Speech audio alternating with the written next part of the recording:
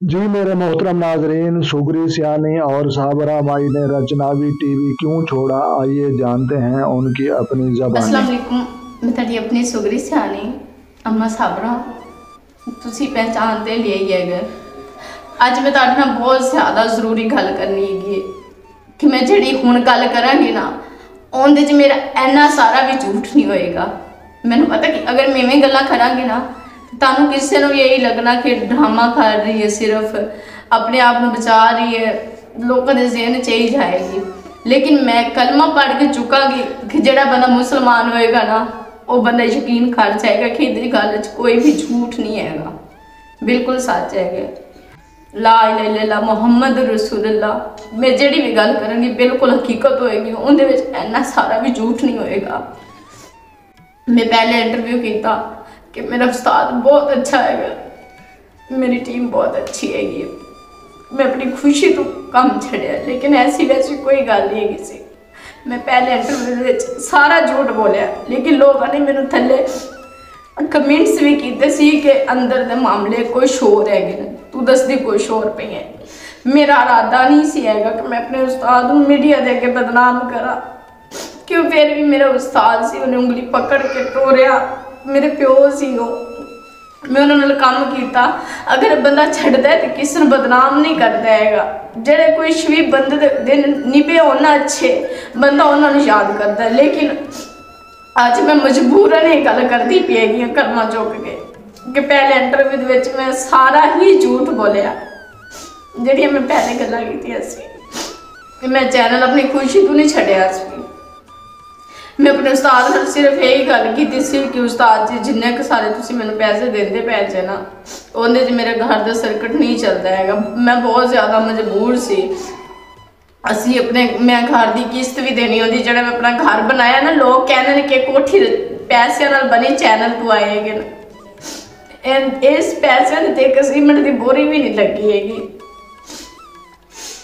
इन्होंने पैसों की कोई भी मेरे घर के चीज़ नहीं आई कि जी मैं अपनी कमाई लाई हो, ठीक है ना। उनके तो मेरे घर की किस्त तो मेरे कपड़े जुतियां ही नहीं पूरे होंगे है। मैं अपने उस्ताद 2-3 साड़ियाँ भरे हुई जिंदे यही साड़ा मुतालबा सी कि असीं काम करने वास्ते तैयार है, तुसीं साडे पैसे वधा दो।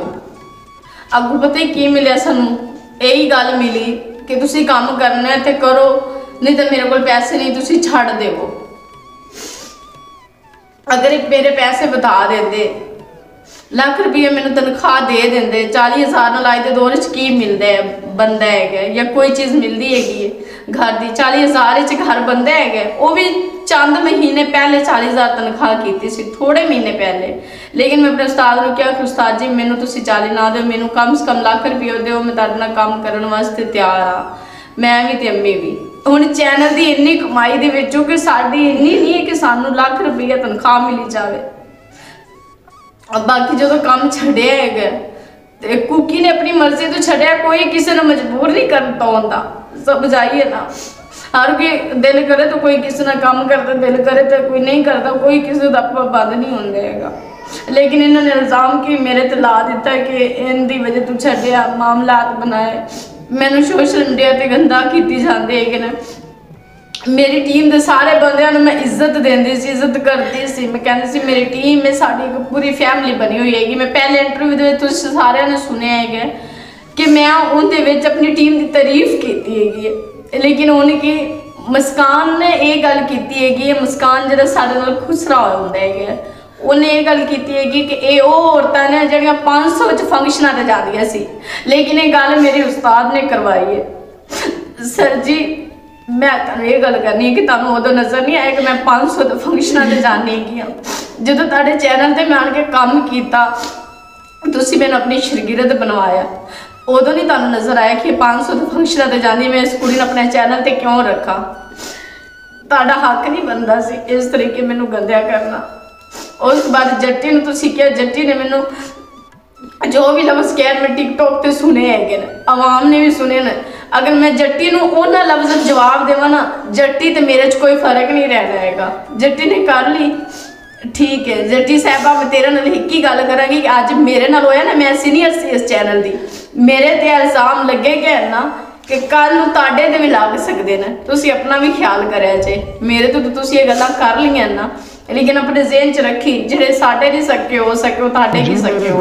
मोहतरम नाजरीन, सुगरी सियानी और साबरा माई की आपने जो है बात सुनी, तो हम भी इस बारे में कुछ कहना चाहते हैं कि इनका उस्ताद है मलिक महबूब कबीर वाला शहर में जो है वो रहता है, और वही जो है रचनावी टीवी का असल मालिक है। और सरायकी के जितने भी फनकार हैं, रमजी हो गया, कुकी हो गया, साबरा माई और जो है मुस्कान खुसरा, तो ये सब जो है उसी के अंडर वो काम करते थे। और वो जो है बहुत ज़्यादा जो है रचनावी टीवी से जो है वो पैसा यूट्यूब से जो है कमा रहा था।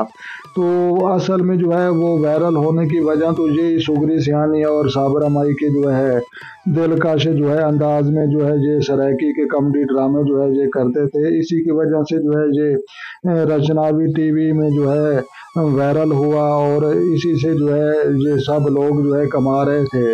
तो इनको जो है प्रॉपर हिस्सा नहीं दिया जाता, और इनके साथ जो है बेइंसाफ़ी की जाती, और इनको जो है कम से कम जो है मुआवजा दिया जाता। तो ये गरीब घराने से जो है तल्लुक़ रखने वाली दोनों ख़वातीन हैं, और साबरा जो है ये इसकी जो है सुगरी की माँ है, और सुगरी जो है साबरा की बेटी है। तो ये लिहाजा जो है दोनों जो है माँ और बेटी जो है दोनों जो है रचनावी टीवी में भी काम करती रही हैं, लेकिन मुआवजा न मिलने की वजह से जो है अब ये रचनावी टीवी को छोड़कर इन्होंने जो है अपना जो है चैनल बना लिया, और उस चैनल का नाम है सुगरी सियानी। तो लिहाजा इन्होंने जो है रचनावी टीवी की टीम को जो है छोड़ दिया है। और मलिक महबूब पिछले दिनों इनके घर पर भी जो गया था, तो घर पर जो है कि जब गया तो वो तो कहता था कि मैं मिन्नत करने के लिए गया हूँ, लेकिन हकीकत में जो है वहाँ पर वो बदमाशी करने के लिए गया था, और इनको जो है बुरा भला भी कहता रहा, और इनसे जो है बदतमीज़ी भी करता रहा। तो बहुत ही अफसोस की बात है, जब इंसान के पास पैसा आ जाता है तो इंसान जो है अपनी औकात भूल जाता है। तो ये रमज़ी जो होता है, ये रमज़ी सरायकी का फनकार, तो ये जो है ये कभी अंडे बेचा करता था, और मलिक महबूब जो है वो एक मकामी काश्तकारी करता था। तो बस अब जो है इनके जो है दिन अच्छे आ गए हैं, और ये यूट्यूब से जो है लाखों नहीं करोड़ों रुपए कमा कर अपनी जो है कोठियाँ बना कर बैठे हैं, और इनकी बहुत बड़ी बड़ी जो है गाड़ियाँ हैं, और जो है बहुत लोग इनके पास आते हैं। तो बस एक दफ़ा इंसान का सिक्का जब चल जाए तो फिर बस जो है उसकी हवा में जो है गुड्डी उड़ती है। तो बस जो है हम क्या कह सकते हैं, अलबत्ता हम यही कहेंगे कि सुगरी सियानी और साबरा माई के साथ जो है बेइंसाफ़ी हुई है। तो लिहाजा प्यारे दोस्तों, वीडियो अच्छी लगे तो आपने लाइक करनी, और अपनी कीमती राय कमेंट सेक्शन में जो देना मत भूलें। जो लोग चैनल पर नए हैं चैनल सब्सक्राइब करें, ताकि मज़ीद इस तरह की अच्छी अच्छी वीडियो सबसे पहले आपको मौसूल हों। तो मिलते हैं शानदार किसी नेक्स्ट वीडियो में। तब तक जो है देखने और सुनने वालों को हमारी तरफ से अस्सलाम वालेकुम व रहमतुल्लाहि व बरकातहू।